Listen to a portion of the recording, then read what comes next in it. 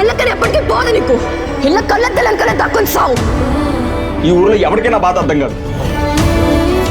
Download and subscribe to ETV web.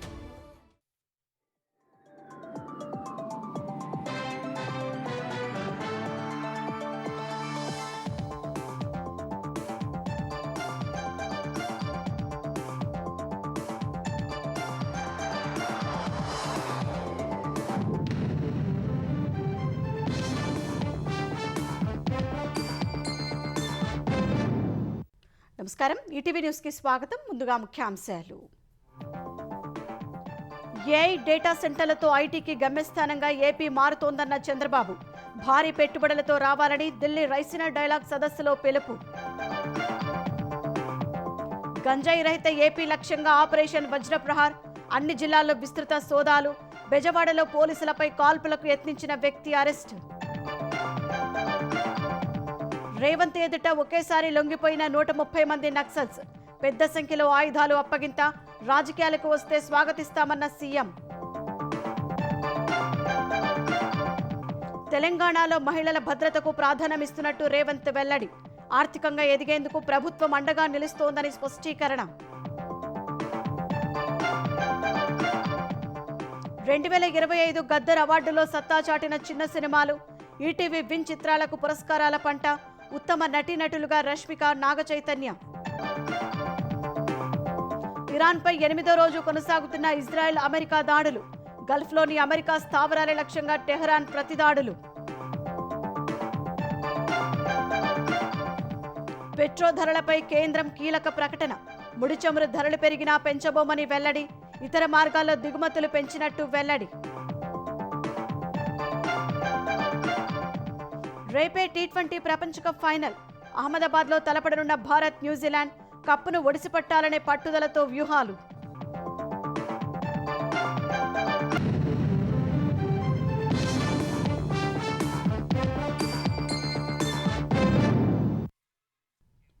AI data సెంటర్లతో ఐటీకి గమ్యస్థానంగా ఆంధ్రప్రదేశ్ మారుతోందని ముఖ్యమంత్రి చంద్రబాబు పునరుద్ఘాటించారు.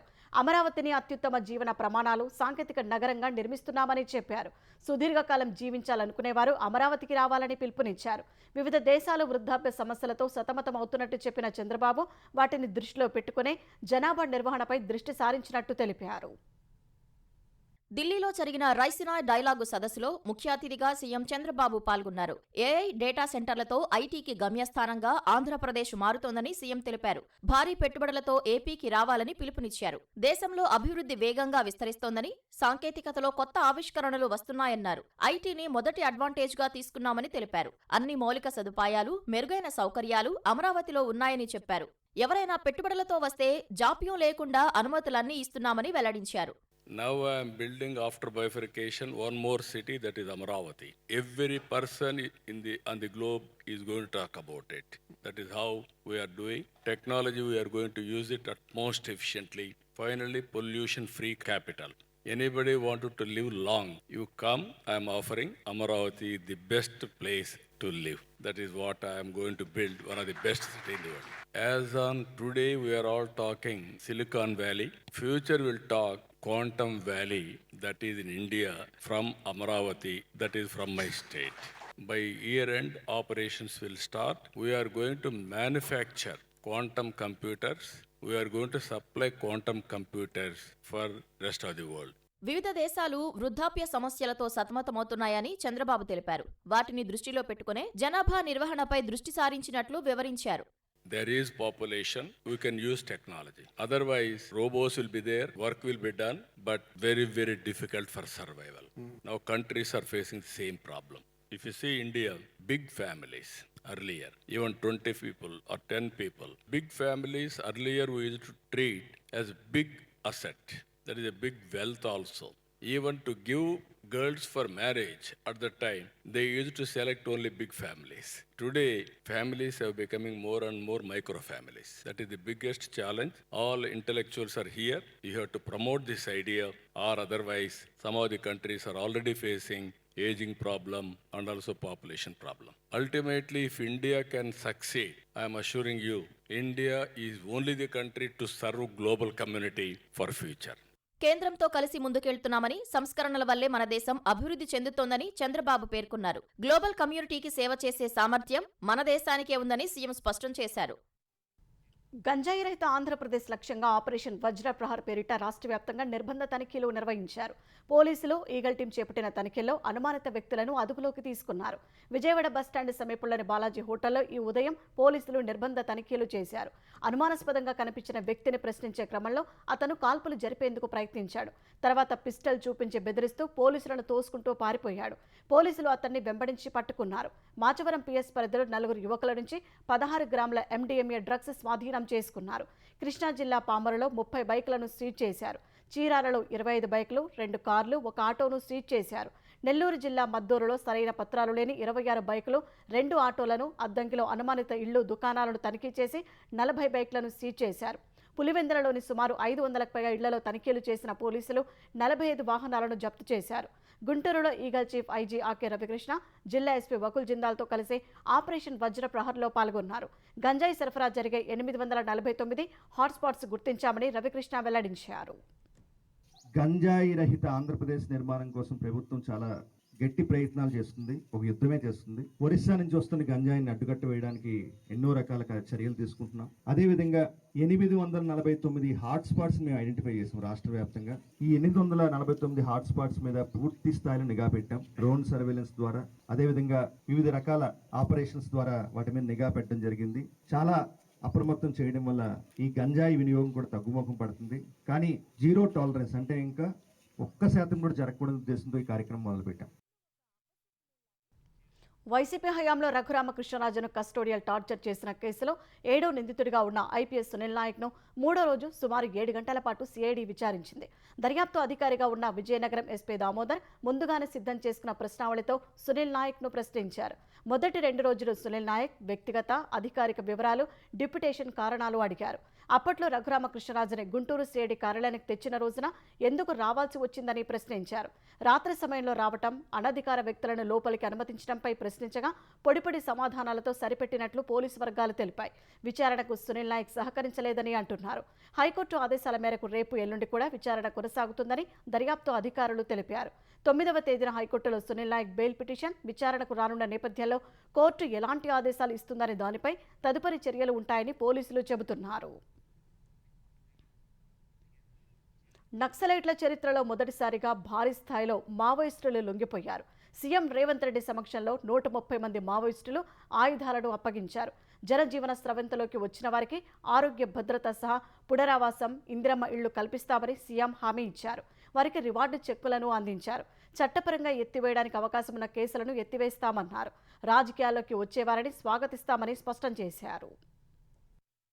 హైదరాబాద్లోని పోలీస్ కమాండ్ కంట్రోల్ సెంటర్లో సీఎం రేవంత్ రెడ్డి సమక్షంలో 130 మంది మావోయిస్టులు లొంగిపోయారు. ఈ 130 మందిలో ఇటీవల జనజీవన స్రవంతిలోకి వచ్చిన అగ్రనేతలు దేవ్జీ, బడే చొక్కారావు, నూనె నరసింహారెడ్డి, మల్లా రాజిరెడ్డి గన్మెన్లు ఉన్నారు. మావోయిస్టు పార్టీలోని కంప్యూటర్, సిగ్నల్ ఆపరేటర్లు ఉన్నారు. దేవ్జీకి చెందిన PLGA కమిటీ బెటాలియన్ మొత్తం సరెండర్ అయింది. లొంగిపోయిన నక్సలైట్లు 124 తుపాకులు, 5205 బుల్లెట్లు పోలీసులకు అప్పగించారు. వాటిలో 31 AK-47, ఇన్సాస్ రైఫిళ్లు 21, SLRలు 20, 303 రైఫిళ్లు 18, ఒక LMG, ఇతర పిస్టల్స్, కార్బైన్లు, బోల్డ్ యాక్షన్ రైఫిళ్లు ఉన్నాయి. నక్సలైట్లు అప్పగించిన ఆయుధాల వివరాలను పోలీసులు సీఎం రేవంత్ రెడ్డికి వివరించారు. అనంతరం సీఎంకు అధికారికంగా నక్సలైట్లు ఆయుధాలు అందజేశారు.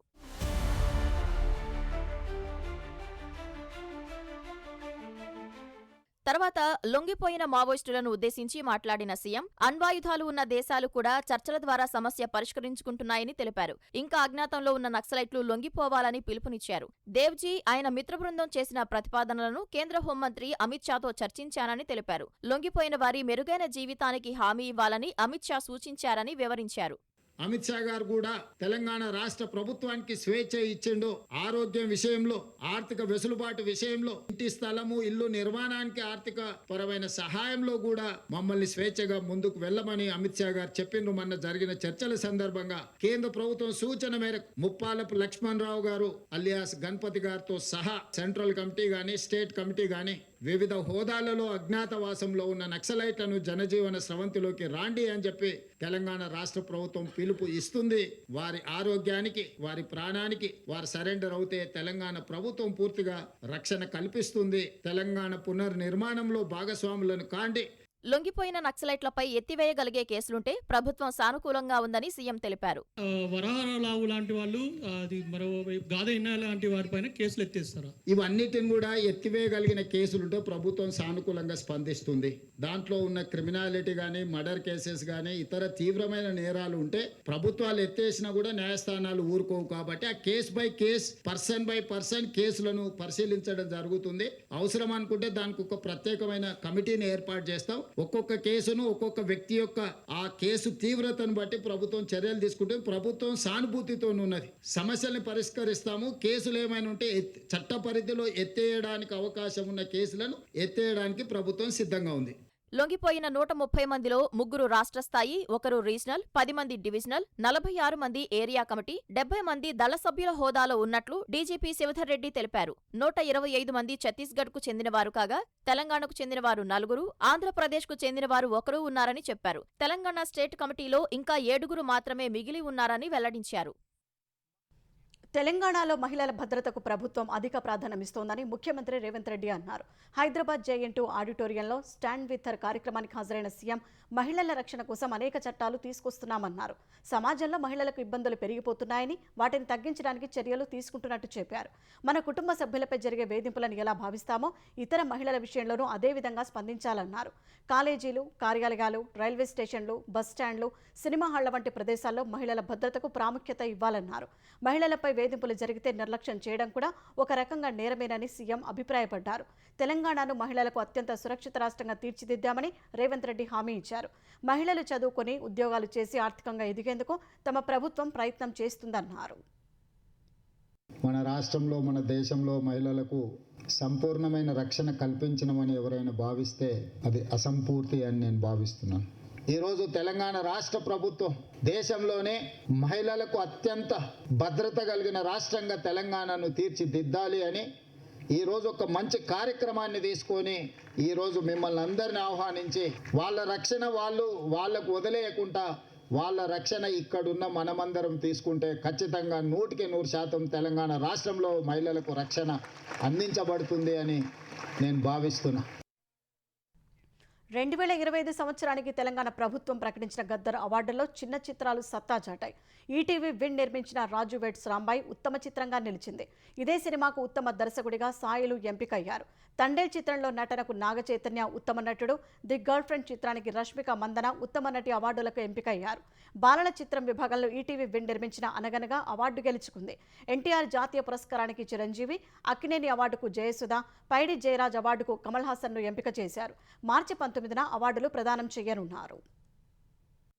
తెలంగాణ ప్రభుత్వం 2025 సంవత్సరానికి గద్దర్ ఫిలిం అవార్డుల విజేతలను ప్రకటించింది. ఈసారి ప్రకటించిన గద్దర్ అవార్డుల్లో ఈటీవీ విన్ నిర్మించిన చిత్రాలకు అవార్డుల పంట పండింది. ఉత్తమ చిత్రంగా రాజు వెడ్స్ రాంబాయి నిలువగా ఇదే సినిమా దర్శకుడు సాయిలు కంపాటి ఉత్తమ దర్శకుడి పురస్కారానికి ఎంపికయ్యారు. ఇదే సినిమాలో రాంబాయి నీ మీద నాకు మనసాయనే పాట పాడిన అనురాగ్ కులకర్ణి ఉత్తమ గాయకుడిగా ఎంపికయ్యారు. రాజు వెడ్స్ రాంబాయిలో కథానాయిక తండ్రి పాత్రలో ఒదిగిన చైతూ జొన్నలగడ్డకు స్పెషల్ అవార్డు దక్కింది. ఈటీవీ విన్ నిర్మించిన లిటిల్ హార్ట్స్ చిత్రం ఉత్తమ తొలి చిత్రం అవార్డుకు ఎంపికైంది. అలాగే ఉత్తమ బాలల చిత్రం విభాగంలో ఈటీవీ విన్ నిర్మించిన అనగనగా సినిమా అవార్డు దక్కించుకుంది. ఉత్తమ రెండో చిత్రంగా దండోరా, మూడో చిత్రంగా the great pre wedding show చిత్రాలు నిలిచాయి. జాతీయ సమగ్రత విభాగంలో అవార్డుకు నాగచైతన్య నటించిన తండేల్ ఎంపికైంది. ఇదే చిత్రంలో నటనకు నాగచైతన్య ఉత్తమ నటుడు, ది గర్ల్ ఫ్రెండ్ చిత్రానికి రష్మిక ఉత్తమ నటి పురస్కారాలకు ఎంపికయ్యారు. దండోరా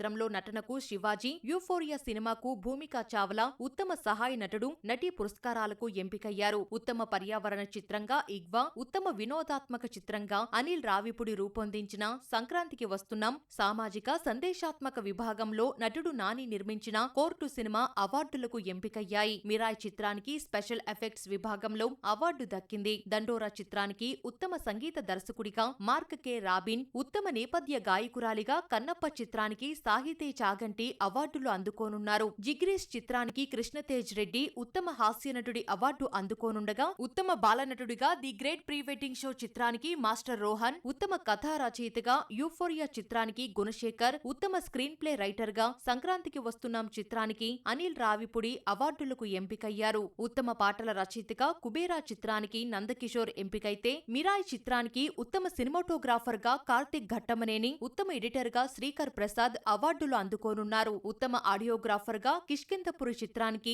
ఎంఆర్ రాధాకృష్ణన్ ఎంపికయ్యారు. ఛాంపియన్ చిత్రానికి ఉత్తమ కొరియోగ్రాఫర్ గా గిరగిర పాటకు ఆటా సందీప్, ఉత్తమ కళా దర్శకుడిగా తోటా తరుణి, యాక్షన్ కొరియోగ్రాఫర్ గా పీటర్ హెన్స్, కాస్ట్యూమ్ డిజైనర్ గా చంద్రకాంత్ సోనావాణి, అజయ్ కుమార్ నంబాలా ఎంపికయ్యారు. మేకప్ విభాగంలో అఖండ 2 చిత్రానికి గోవిందరాజు అవార్డు అందుకోనున్నారు. స్పెషల్ జ్యూరీ అవార్డుల్లో 23 చిత్రానికి రాజ్ రాచకొండ, ఛాంపియన్ చిత్రానికి రోషన్ మేకా, 8 వసంతాల చిత్రానికి అనంతిక సనీల్ కుమార్ ఎంపికయ్యారు. స్పెషల్ అవార్డుల విభాగంలో ఎన్టీఆర్ జాతీయ అవార్డు మెగాస్టార్ చిరంజీవికి దక్కింది. పైడే జయరాజ్ అవార్డుకు కమల్ హాసన్, బిఎన్ రెడ్డి అవార్డును సింగీతం శ్రీనివాసరావును ఎంపిక చేయగా, నిర్మాతలు నాగిరెడ్డి చక్రపాణిల అవార్డును నిర్మాత అశ్విని దత్ను వరించింది. కాంతారావు అవార్డుకు పీపుల్ స్టార్ ఆర్ నారాయణమూర్తికి ఇవ్వనున్నారు. రఘుపతి వెంకయ్య అవార్డును ప్రసాద్ సంస్థల అధినేత రమేష్ ప్రసాద్ ను ఎంపిక చేశారు. సి నారాయణరెడ్డి అవార్డుకు ప్రముఖ రచయిత సుద్దాల అశోక్ తేజను ఎంపిక చేశారు. ఈసారి కొత్తగా ప్రవేశపెట్టిన అక్కినేని నాగేశ్వరరావు పురస్కారానికి సహజ నటి జయసుధను ఎంపిక చేశారు. ఈ ఏడాది హైటెక్స్ లో మార్చి 19న ఉగాది రోజున ప్రదానం చేయనున్నారు. ఇరాన్ సైనిక సామర్థ్యాలను పూర్తిగా నిర్వీర్యం చేసేందుకు ఇజ్రాయెల్, అమెరికాలు వరుసగా 8వ రోజు దాడులు జరుపుతున్నాయి. బాలిస్టిక్ క్షిపణి లాంచర్లు, డ్రోన్లు, యుద్ధ నౌకలే లక్ష్యంగా విరుచుకుపడుతున్నాయి. ఇరాన్ రివల్యూషనరీ గార్డ్ కోర్కు చెందిన కార్యాలయాలు, కమాండ్ సెంటర్లను ధ్వంసం చేస్తున్నాయి. ఆపరేషన్ ఎపిక్ ఫ్యూరీలో భాగంగా గత 7 రోజుల్లో 3000కు పైగా లక్ష్యాలపై దాడులు చేశామని యుఎస్ సెంట్రల్ కమాండ్ తెలిపింది. ఇక ముందు కొనసాగుతాయని స్పష్టం చేసింది. ఇరాన్ రాజధాని టెహ్రాన్లో విస్తృత స్థాయి దాడులు మొదలుపెట్టామని ఇజ్రాయెల్ సైన్యం తెలిపింది. ఎంచుకున్న లక్ష్యాలపై మాత్రమే దాడులు చేస్తున్నట్టు వివరించింది. టెహ్రాన్లోని మెహ్రాబాద్ అంతర్జాతీయ విమానాశ్రయంపై వైమానిక దాడి జరిగింది. ఈ దాడిలో పలు విమానాలకు మంటలు అంటుకున్నాయి. ఫలితంగా ఎయిర్పోర్ట్ సమీప ప్రాంతాల్లో దట్టమైన పొగ అలుముకుందని పేర్కొంది. ఈ నెల 4ను కూడా మెహ్రాబాద్ ఎయిర్పోర్ట్ పై ఇజ్రాయెల్ దాడి చేసింది. అయితే ఈసారి తీవ్రత అధికంగా ఉందని ప్రత్యక్ష సాక్షులు తెలిపారు. ఇజ్రాయెల్, అమెరికా దాడుల్లో ఇస్ఫహాన్ ప్రావిన్స్ లో దాదాపు 8 మంది మృతి చెందారని అధికారులు తెలిపారు. అటు లెబనాన్లోని హెజ్బొల్లా లక్ష్యంగా ఇజ్రాయిల్ దాడులు తీవ్రతరం చేసింది. నబీచిట్ పట్టణంపై ఇజ్రాయిల్ దాడి చేసినట్టు లెబనాన్ ఆరోగ్య మంత్రి తెలిపారు. ఈ దాడుల్లో 41 మంది మరణించారని, మరో 40 మందికి గాయాలైనట్టు వెల్లడించారు.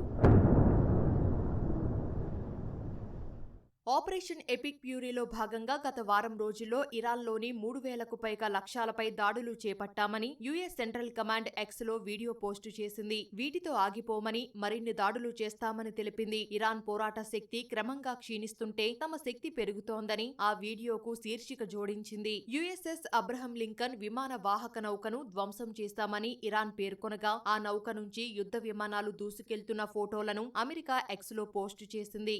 $150 మిలియన్ పైగా విలువ చేసే ఆయుధాలను ఇజ్రాయెల్కు విక్రయించనున్నట్లు అమెరికా విదేశాంగ శాఖ తెలిపింది. మరోవైపు యూకేలో సైనిక స్థావరాన్ని ఉపయోగించుకునేందుకు కీర్ స్టార్మర్ ప్రభుత్వం అమెరికాకు అనుమతి ఇచ్చింది. ఇప్పటికే అమెరికాకు చెందిన బాంబర్ విమానాలు యూకే మిలిటరీ బేస్లో దిగినట్టు తెలుస్తోంది. అటు ఇరాన్ కూడా ఇజ్రాయెల్ గల్ఫ్లోని అమెరికా స్థావరాలపై దాడులు చేస్తూనే ఉంది. తమ రక్షణ సామర్థ్యం క్షీణిస్తున్నా మోస్తరు స్థాయిలోనే టెహ్రాన్ ప్రతిదాడులు చేస్తోంది. ఇజ్రాయెల్, అమెరికాకు మద్దతు ఐరోపా దేశాలు రణరంగంలోకి ప్రవేశిస్తే తీవ్ర పరిణామాలు ఉంటాయని ఇరాన్ హెచ్చరించింది. ఇజ్రాయెల్తో పాటు గల్ఫ్లోని అమెరికా స్థావరాలపై 25వ విడత క్షిపణి, డ్రోన్ దాడులను ప్రారంభించినట్లు Iran revolutionary guard corps IRGC అధికారికంగా ప్రకటించింది. ఈ ఆపరేషన్లో అత్యంత శక్తివంతమైన అధునాతన ఆయుధాలను ఉపయోగిస్తున్నట్టు పేర్కొంది. ఇందులో స్వదేశీ పరిజ్ఞానంతో తయారు చేసిన హైపర్సోనిక్ క్షిపణులున్నట్లు తెలిపింది. యమాద్ వంటి దూరశ్రేణి బాలిస్టిక్ క్షిపణులను వాడుతున్నట్లు వెల్లడించింది. యుఏఈలోని అల్ దఫ్రా వైమానిక స్థావరంలో రాడార్ వ్యవస్థ సహా MQ-9 డ్రోన్ హ్యాంగర్ను ధ్వంసం చేసిన చేస్తున్నట్టు ఐఆర్జీసీ పేర్కొంది. కువైట్లోని అలీ అల్ సలేం వైమానిక స్థావరంపై క్రూయిజ్, బాలిస్టిక్ క్షిపణులతో దాడులు చేపట్టినట్లు వెల్లడించింది. ఈ దాడుల్లో రాడార్ వ్యవస్థతో పాటు ఇంధన నిల్వ కేంద్రాలను ధ్వంసం చేశామని వివరించింది. 2 రన్వేలు సైతం దెబ్బతిన్నాయని ఐఆర్జీసీ తెలిపింది. అల్ ఖర్జ్ నగరంలో ఉన్న ప్రిన్స్ సుల్తాన్ వైమానిక స్థావరం దిశగా దూసుకొచ్చిన 2 బాలిస్టిక్ క్షిపణులను గగనతలంలోనే పేల్చివేశామని సౌదీ అరేబియా ప్రభుత్వం తెలిపింది. దుబాయ్ అంతర్జాతీయ విమానాశ్రయంపై దాడి జరగ్గా అక్కడ అన్ని కార్యకలాపాలు నిలిపేశారు. ఇరాన్ ప్రయోగించిన 15 డ్రోన్లు, 119 యుఏవీలను కూల్చివేసినట్టు యుఏఈ ప్రకటించింది. అటు ఇజ్రాయిల్ దిశగా ఇరాన్ అనేక క్షిపణులను ప్రయోగించగా సెంట్రల్, దక్షిణ ఇజ్రాయిల్లోని పలు నగరాల్లో ఎయిర్ రైడ్ సైరన్లు మోగాయి. టెల్ అవీవ్, జెరూసలేంలో ప్రజలను అండర్ గ్రౌండ్ షెల్టర్లకు తరలించారు.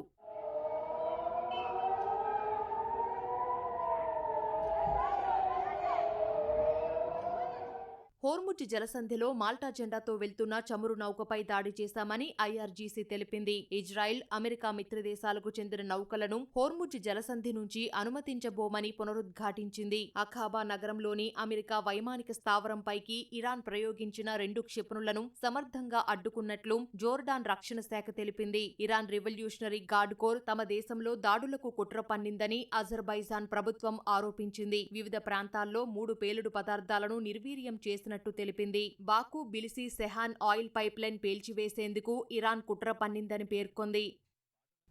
అంతర్జాతీయంగా ముడి చమురు ధరలు పెరిగినప్పటికీ భారత్లో పెట్రోల్, డీజిల్ ధరలు పెంచబోమని కేంద్రం స్పష్టం చేసింది. గ్యాస్ ధరలపై కాంగ్రెస్ చేసిన ఆరోపణలను ప్రభుత్వం తోసిపుచ్చింది. ధరల స్థిరీకరణ హామీ కేవలం పెట్రోల్, డీజిల్కు మాత్రమే వర్తిస్తుందని, ఎల్పీజీకి కాదని స్పష్టం చేసింది. యుద్ధం కారణంగా హర్ముజ్ జలసంధి కూడా రవాణాకు ఆటంకాలు కలగడంతో ఇతర మార్గాల ద్వారా వచ్చే ముడి చమురు దిగుమతులను భారత్ 10% పెంచింది. గతంలో 60%గా ఉన్న ఇతర మార్గాల వాటా ఇప్పుడు 70%కి పెరిగింది. ప్రస్తుతానికి దేశంలో ఎల్ఎన్జీ నిల్వలు మిగులులో ఉన్నట్టు కేంద్ర ప్రభుత్వ వర్గాలు తెలిపాయి. ఒక దశలో ఎల్పీజీ నిల్వలపై ఆందోళన కలిగినా ప్రస్తుతం పరిస్థితి మెరుగుపడిందని స్పష్టం చేశాయి. పశ్చిమ బెంగాల్లోని సీఎం మమతా బెనర్జీ ప్రభుత్వంపై రాష్ట్రపతి ద్రౌపది ముర్ము బహిరంగంగానే అసంతృప్తి వ్యక్తం చేశారు. సిలిగుడిలో అంతర్జాతీయ సంతాల్ ఆదివాసీ సదస్సుకు ద్రౌపది ముర్ము ముఖ్య అతిథిగా హాజరు కావాల్సి ఉండగా భద్రతా కారణాలు చూపుతూ చివరి క్షణాల్లో అధికారులు అనుమతి రద్దు చేశారు. ఈ కార్యక్రమం వేదికను డార్జిలింగ్కు మార్చారు. ఈ పరిణామంపై స్థానికుల ఎదుటే ముర్ము అసహనం వ్యక్తం చేశారు. ప్రోటోకాల్ సహా సన్నాహాలు తలెత్తిన లోపాలను ఎత్తిచూపారు. తాను రాష్ట్రానికి వచ్చినప్పుడు ఎయిర్పోర్టులో స్వాగతం పలికేందుకు సీఎం మమత కనీసం మంత్రులు రాలేదని, కేవలం మేయర్ మాత్రమే వచ్చారని గుర్తు చేసుకున్నారు. సిలిగుడిలో 5 లక్షల మంది ప్రజలు తరలివచ్చినా సరిపోయేంత స్థలమున్నా ఆదివాసులు ఎవరూ అక్కడకు రావద్దనే అనుమతి రద్దు చేశారని మండిపడ్డారు. ప్రపంచవ్యాప్తంగా క్రికెట్ అభిమానులను నెల రోజులు ఉర్రు తొలగించిన టీ20 ప్రపంచ కప్ తుది అంకానికి చేరింది. అహ్మదాబాద్లో రేపు జరిగే ఫైనల్లో ఆతిథ్య భారత్, న్యూజిలాండ్ అమీతుమీ తేల్చుకోనున్నాయి. డిఫెండింగ్ ఛాంపియన్గా బరిలోకి దిగిన భారత్ సొంత గడ్డపై ట్రోఫీని ముద్దాడాలని ఉవ్విళ్లూరుతోంది. టోర్నీలో ఘోరంగా విఫలమైన ఓపెనర్ అభిషేక్ శర్మ ఫైనల్లోనైనా ఆడాలని అభిమానులు ఆశిస్తున్నారు. సంజు శాంసన్ ఫామ్ జట్టుకు కలిసిరానుండగా ఇషాన్ కిషన్ మరోసారి రాణించాల్సి ఉంది. కెప్టెన్ సూర్యకుమార్ యాదవ్ భారీ ఇన్నింగ్స్ బాకీ పడ్డాడు. తిలక్ వర్మ, హార్దిక్ పాండ్యా, శివం దుబే, అక్షర్ పటేల్తో లోతైన బ్యాటింగ్ ఉంది. బౌలింగ్లో స్టార్ పేసర్ జస్ప్రీత్ బుమ్రా మినహా బౌలర్లు విఫలమవుతుండడం జట్టును కలవరపెడుతోంది. ప్రధానంగా స్పిన్నర్ వరుణ్ చక్రవర్తి, పేసర్ హర్షదీప్ సింగ్ రాణించాల్సి ఉంది. అటు కివీస్ జట్టు తొలిసారి టీ20 ప్రపంచ కప్ గెలవాలని పట్టుదలతో ఉంది.